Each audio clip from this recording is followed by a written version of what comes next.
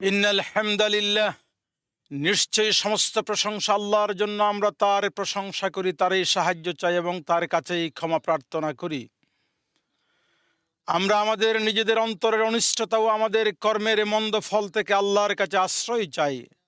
আল্লাহ যাকে হেদায়ত দেন তাকে কেউ পথভ্রষ্ট করতে পারে না, আর আল্লাহ যাকে পথভ্রষ্ট করেন কেউ তাকে হেদায়ত দিতে পারে না। আমি সাক্ষ্য দিচ্ছি যে আল্লাহ ছাড়া কোনো সত্য ইলাহ নেই, তিনি এক, তার কোনো শরিক নেই। আমি আরো সাক্ষ্য দিচ্ছি যে মুহাম্মদ সাল্লাল্লাহু তাআলা আলাইহি ওয়াসাল্লাম তার বান্দা ও রাসূল। আল্লাহ তাআলা তার উপর, তার পরিবারবর্গ ও সাহাবীদের উপর অসংখ্য সালাত ও সালাম বর্ষণ করুন। আল্লাহ তাআলা বলেন, ইয়া আইয়ুহাল্লাযীনা আমানুত্তাকুল্লাহা হাক্কা তুকাতিহ ওয়ালা তামুতুন্না ইল্লা ওয়া আনতুম মুসলিমুন।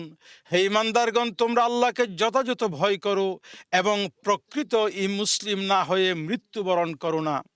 আম্মা বাদ, হে মুসলিমগণ, আপনারা আপনাদের প্রতিপালকের ডাকে সাড়া দিন। আপনাদের এই মাসের অবশিষ্ট দিনগুলোকে যথাযথভাবে কাজে লাগান। আপনাদের কাজের পরিণাম নিয়ে ভাবুন। অতীতে নষ্ট হয়ে যাওয়া সময়ের ক্ষতি পুষিয়ে নেয়ার জন্য সাধ্যমতো ইবাদতে পরিশ্রমের মাত্রা বাড়িয়ে দিন। আপনাদের কাছে নৈকট্য অর্জনের যে সুযোগ এসেছে তার সামনে অলস, অথর্ব, দুর্বল হয়ে পড়ে থাকবেন না, আর এই মহামূল্যবান সুযোগ থেকে উদাসীন থাকবেন না, অন্যথায় আপনারা অফুরন্ত কল্যাণ থেকে বঞ্চিত হবেন। ইবনু রজব রাহিমাহুল্লাহ বলেছেন, রমাদান মাসে ক্ষমা লাভের উপায় উপকরণের বিপুলতা থাকা সত্ত্বেও যে ব্যক্তি এই মাসে আল্লাহর ক্ষমা লাভ করতে সক্ষম হয় নাই সে প্রকৃত অর্থেই চরম বঞ্চিত। কাজেই হে আল্লাহর বান্দাগণ, জেনে রাখুন সবচেয়ে বড় উপকারী এবং সর্বাধিক কল্যাণকর অর্জনের একটি হলো কোনো বান্দার জন্য আল্লাহ তাআলা স্বীয় রহমতের দরজাগুলোর একটি খুলে দেয়া। তখন সে বান্দা এটিকে মূল্যবান সুযোগ হিসেবে গ্রহণ করে এর সাথে দৃঢ়ভাবে লেগে থাকে এবং তার প্রতিপালকের সওয়াবের আশায় তাকে কাজে লাগায়। আর নবী করিম সাল্লাল্লাহু আলাইহি ওয়াসাল্লাম তার কিছু সাহাবীর জন্য জান্নাত ও উচ্চ মর্যাদার সাক্ষ্য দিয়েছেন, যদিও তাদের ইসলাম গ্রহণের পর খুব অল্প সময় অতিবাহিত হয়েছিল। সেই অল্প সময়েই তারা রাসূল সাল্লাল্লাহু আলাইহি ওয়াসাল্লামের সাথে জিহাদে অংশগ্রহণ করেছেন। এরপর তারা শহীদ হয়েছেন এবং আল্লাহ তাদেরকে তার পথে শাহাদতের মর্যাদা দান করেছেন। একটি ঘটনা ছিল এরূপ, যে এক ব্যক্তি লোহার বর্মে মুখ ঢাকা অবস্থায় নবী করিম সাল্লাল্লাহু আলাইহি ওয়াসাল্লামের কাছে এসে বললেন, হে আল্লাহর রাসূল, আমি কি যুদ্ধ করব নাকি আগে ইসলাম গ্রহণ করব? তিনি বললেন, প্রথম ইসলাম গ্রহণ করো, তারপরে যুদ্ধ করো।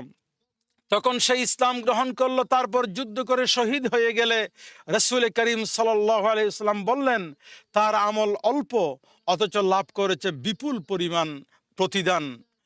এই হাদিস থেকে বোঝা যায় যে কখনো কখনো আল্লাহর অনুগ্রহ, দান, দয়া, মহান অনুগ্রহের ফলে অল্প আমলের মাধ্যমে অনেক বড় কিছু অর্জন করা যায়। এই ব্যক্তি তার ইসলাম গ্রহণের মাধ্যমে কামিয়াব হয়েছে, ফলে সে শাহাদতের মর্যাদা লাভ করেছে এবং নিয়ামতে ভরা জান্নাতের অগণিত কল্যাণ লাভে ধন্য হয়েছে। এই হাদিস আরো নির্দেশ করে যে আমলের মূল্যায়ন হয় আমলের পরিণামের উপর ভিত্তি করে। তাই যে ব্যক্তি জীবনের শুরুতে খারাপ কাজ করেছে, পরে জীবনের শেষ ভাগে তওবা করে, নিজেকে সংশোধন করে এবং গুনাহ পরিত্যাগ করে সেগুলো থেকে বিরত থাকে, তাহলে তার পূর্বের সব গুনাহ ক্ষমা করে দেওয়া হয়। অতএব হে আল্লাহর বান্দাগণ, আমরা আমাদের মহান দয়ালু প্রতিপালকের দানসমূহ থেকে বেশি বেশি গ্রহণ করি, তার সরল ও সঠিক দিনের উপর অটুট থাকি, পাপ ও ভুল ত্রুটির সংগঠন থেকে নিজেকে বিরত রাখার চেষ্টা করি। কারণ জীবন দ্রুত চলে যাচ্ছে, মৃত্যু আশা আকাঙ্ক্ষার সব বন্ধন ছিন্ন করে দেয়। তাই আমাদের অবশ্যই প্রস্তুতি নিতে হবে, কেননা মৃত্যুর আগমন অনিবার্য, আর তা অতীত হয়ে গেছে। আর যা অতীত হয়ে গেছে তা কখনো ফিরে আনা যায় না। ইবনুল জাওজি রাহিমাহুল্লাহ বলেন, হে আল্লাহর বান্দাগণ, আপনাদের জ্ঞান থাকা সত্ত্বেও এই গাফলতি কেন? জেগে থাকা সত্ত্বেও এই নিদ্রা কেন? এই ক্ষণিকের দুনিয়ায় আপনারা তো মুসাফির মাত্র, তবু সফরের পাথেয় সঞ্চয় করার ব্যাপারে উদাসীনতা কেন? আপনাদের আগে যারা ছিলেন তারা কোথায়? আপনারা কি চিন্তা ভাবনা করেন না? আপনারা কি দেখেন না কিভাবে মৃত্যু তাদেরকে গ্রাস করেছে। আল্লাহর বাণী, ফালা ইয়াস্তাতিউনা তাওসিয়াতান ওয়ালা ইলা আহলিহিম ইয়ারজিউন। সেদিন তারা কোনো ওসিয়ত করতে পারবে না এবং নিজেদের পরিবারের কাছেও ফিরে যেতে পারবে না। সুতরাং আল্লাহ সেই বান্দার প্রতি রহম করুন যে নিজেকে তার প্রবৃত্তির দাসত্ব থেকে মুক্ত করে মৃত্যুর আগেই নিজের অবস্থার দিকে দৃষ্টি দেয় এবং নিজের সম্পদ থেকে ভবিষ্যতে অভাবের জন্য প্রস্তুতি গ্রহণ করে। মৃত্যু সংঘটিত হওয়ার মাধ্যমে সংশোধনের সময় শেষ হওয়ার পূর্বেই নিজের সুস্থতা অবস্থায় কবর জগতের জন্য পাতিও সংগ্রহ করে। হে আল্লাহর বান্দাগণ, আমরা নিজেদেরকে এবং আপনাদেরকে আহ্বান করি আমরা যেন আল্লাহর অনুগত থেকে নিরাশ না হই, আল্লাহ রব্বুল আলমিনের অনুগ্রহ লাভে নিরাশ না হই এবং তার রহমত থেকে হতাশ হয়ে না পড়ি। মানুষ অতীতে নিজের প্রবৃত্তি, যে ব্যক্তি রমাদানে তওবা করলো না সে কখনো তওবা করবে, সে কখন তওবা করবে? আর যে এই বরকতময় রাতগুলোর, যে এই বরকতময় রাতগুলোতে তার প্রতিপালকের দিকে ফিরে আসলো না, সে কবে ফিরে আসবে? তওবাকারীর জন্য সর্বোত্তম দিন হলো তার তওবার দিন। সে নিজের দিকে, সে নিজের ফিরে আসার কারণে কতই না আনন্দিত হয়, আর কতই না সুন্দর তার সে আনন্দ খুশি যখন সে সত্য থেকে অনুপস্থিত ও দূরে থাকার পর সঠিক পথ ধরে তার প্রতিপালকের দিকে ফিরে আসে। তখন তার প্রতিপালক সে অনুগ্রহে তার দুই হাতে সংগঠিত পাপগুলো মুছে দেন। আর তার ব্যাপারে সৃষ্টিকুলের প্রতিপালকের এই বাণী সত্য হয়ে দাঁড়ায়।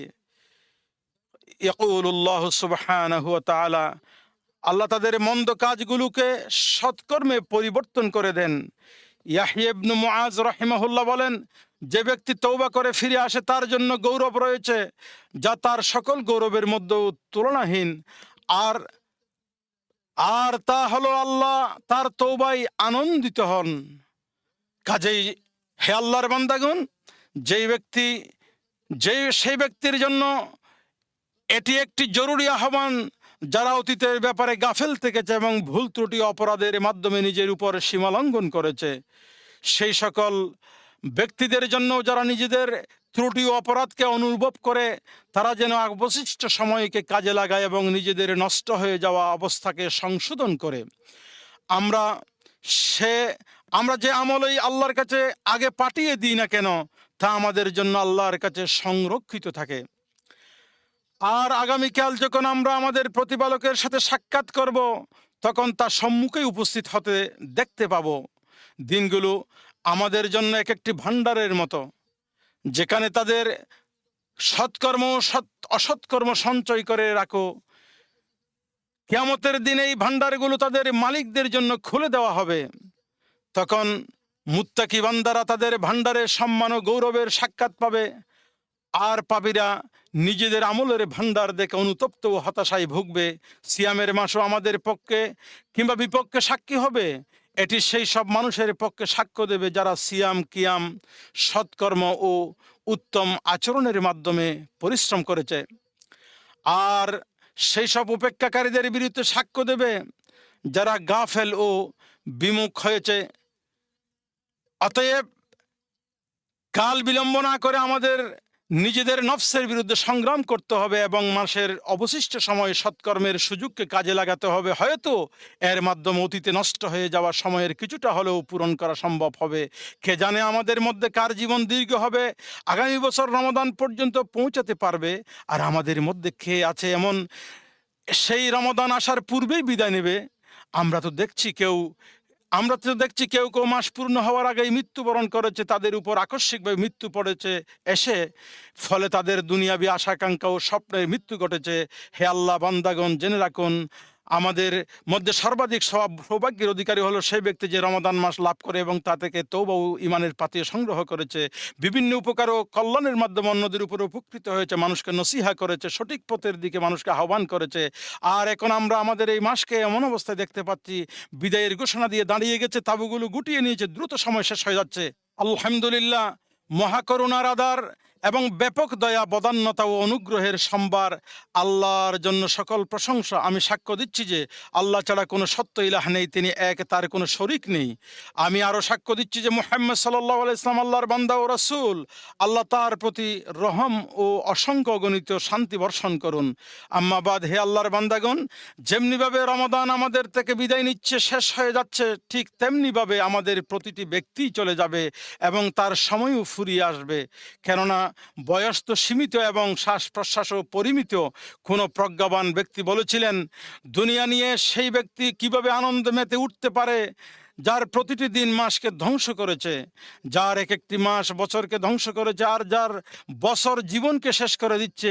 সেই ব্যক্তি পার্থিব জগৎ নিয়ে কিভাবে খুশি হতে পারে যার জীবন তাকে অন্তিম সময়ের দিকে টেনে নিয়ে যাচ্ছে, যার বয়স তাকে মৃত্যুর দিকে ধাবিত করছে। আল্লাহর বান্দাগণ, আমরা যেন এর মাধ্যমে শিক্ষা নিই এটি যে কত গভীর উপদেশ ও কত বড় সতর্কতা। হে মুসলমানগণ, আমরা যেন সর্বদা আমাদের রবের সাথে প্রতিশ্রুতিবদ্ধ থাকি।